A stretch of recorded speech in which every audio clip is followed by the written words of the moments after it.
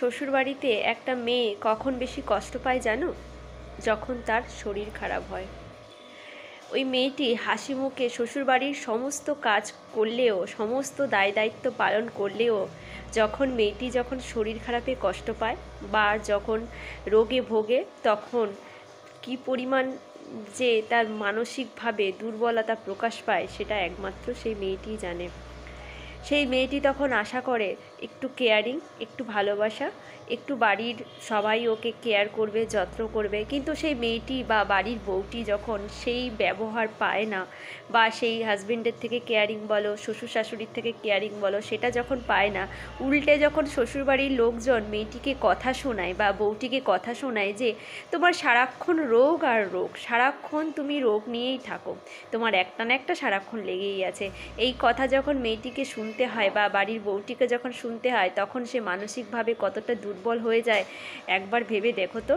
সত্যিটা এমনটা সত্যি যার সঙ্গে ঘটে থাকে সেই শুধু বোঝে তার মনের কষ্টটা, মনের যন্ত্রণাটা।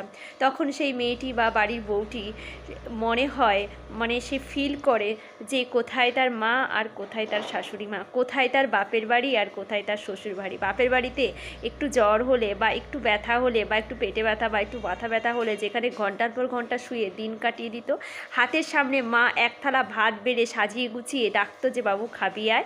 বা যখন শরীর খারাপে কষ্ট পেত, মেয়েটির যখন শরীর খারাপ হতো, তখন মেয়েটির বাবা মাইলের পর মাইল রাস্তা সাইকেল চালিয়ে সেই প্রত্যন্ত গ্রামের কোথাও কোনো একটা ছোট্ট দোকান থেকে হয়তো ওষুধ কিনে আনতো। সেই দিনগুলো যারা ফেস করেছে বা সেই দিনগুলো যারা পেরিয়ে এসেছে, সেই মেয়েটি তখন এই শ্বশুরবাড়িতে এসে যে কষ্টটা পায় বা যে যন্ত্রণাটা পায়, তখন এসে বোঝে যে বাপের বাড়ি আর শ্বশুরবাড়ির মর্ম কোথায়। সত্যি কথা বলতে বাবা মার কোনো তুলনাই হয় না। বাবা মা আলাদা জিনিস।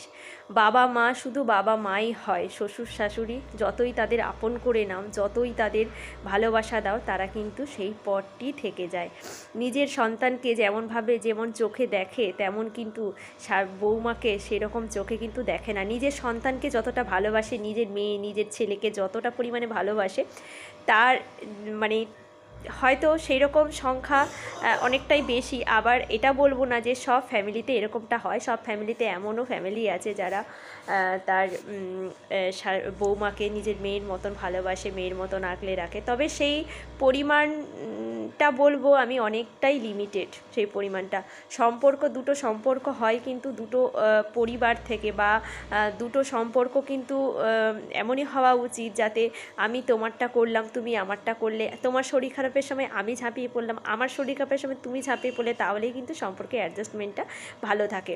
এবং তোমার একটু কিছু হলে আমি কেয়ার করলাম, আবার তো আমার একটু কিছু হলে তুমি কেয়ার করলে, এইভাবেই তো সম্পর্কটা আসে, তাই না? তুমি যদি আমার খোঁজ নাও, তুমি যদি আমাকে সেভাবে ভালোবাসাটা দাও, আমিও নিশ্চয়ই তোমাকে সেইভাবে ভালোবাসবো, সেইভাবে ভালোবাসাটা করবো। তাই ভালোবাসা ব্যাপারটা সম্পূর্ণ দু তরফ থেকে, কিন্তু এক তরফ থেকে কখনো ভালোবাসা সম্ভব নয় বা ভালোবাসা পসিবল না। দুজনের সম্পর্ক টিকিয়ে রাখতে গেলে কিন্তু ভালোবাসাটা হচ্ছে মেন ব্যাপার। তুমি আমাকে ভালোবাসবে, আমিও তোমাকে উল্টে 100% ভালোবাসা দেবো। তো এই সম্পর্কর ব্যাপারগুলো সত্যি খুবই জটিল। যে যার মানুষের কাছে, মানে এক একটা মানুষের কাছে এক এক রকমের সমীকরণ। তো কার কাছে কি সমীকরণ সেটা আমি জানি না, তবে আমার যেটুকুনি মানে মনের কথা সেটা তোমাদের সাথে শেয়ার করলাম। এবার ব্যতিক্রম অনেক কিছু ঘটনা ঘটে, বা আমি বলছি না যে সব ফ্যামিলিতে এরকম হয়। প্রায় 50% ফ্যামিলি বা 60% ফ্যামিলিতে এই ঘটনা হয়ে থাকে। আবার দেখা যায় 30% বা 40% ফ্যামিলিতে এইরকম বিরল ঘটনাও ঘটে থাকে, যেখানে বৌমাকে নিজের মেয়ের মতন ভালোবাসা হয়, যত্ন করা হয়, সুন্দর করে বার্থডে সেলিব্রেশন করা হয়, বা আদর যত্ন করা হয়। তো বলবো যে সম্পর্ক টিকতে গেলে, সম্পর্ক থাকতে হলে দু তরফ থেকে এগিয়ে আসতে হবে, দু তরফের থেকে ভালোবাসা আদান প্রদান করতে হবে, দু তরফ থেকে কেয়ারিং হতে হবে, তাহলেই কিন্তু সম্পর্কের ভিতটা কিন্তু অনেকটা স্ট্রং হবে।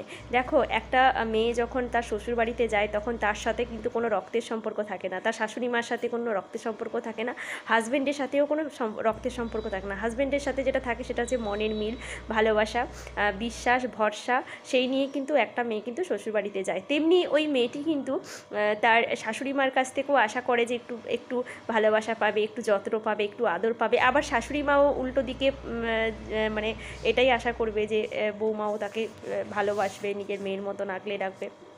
তো বলবো ভালোবাসা দু তরফ থেকেই হওয়াটা উচিত। তো দু তরফ থেকে ভালোবাসা যদি সেম সেম হয় তাহলেই সেখানে সম্পর্কের ভিতটা অনেকটা স্ট্রং হয় এবং সম্পর্ক সেটাখানে অনেক বছর লাস্টিং করে এবং সেখানে একটা মা মেয়ের বিরল দৃষ্টান্ত হয়ে যায় যে শাশুড়ি বৌমাও মা মেয়ে, তাই না? তো কার কার এইরকম মত কিন্তু অবশ্যই কিন্তু জানিও। আমি আমার মনের অভিব্যক্তিটা প্রকাশ করলাম, তোমাদের কার কী বক্তব্য কিন্তু অবশ্যই জানিও।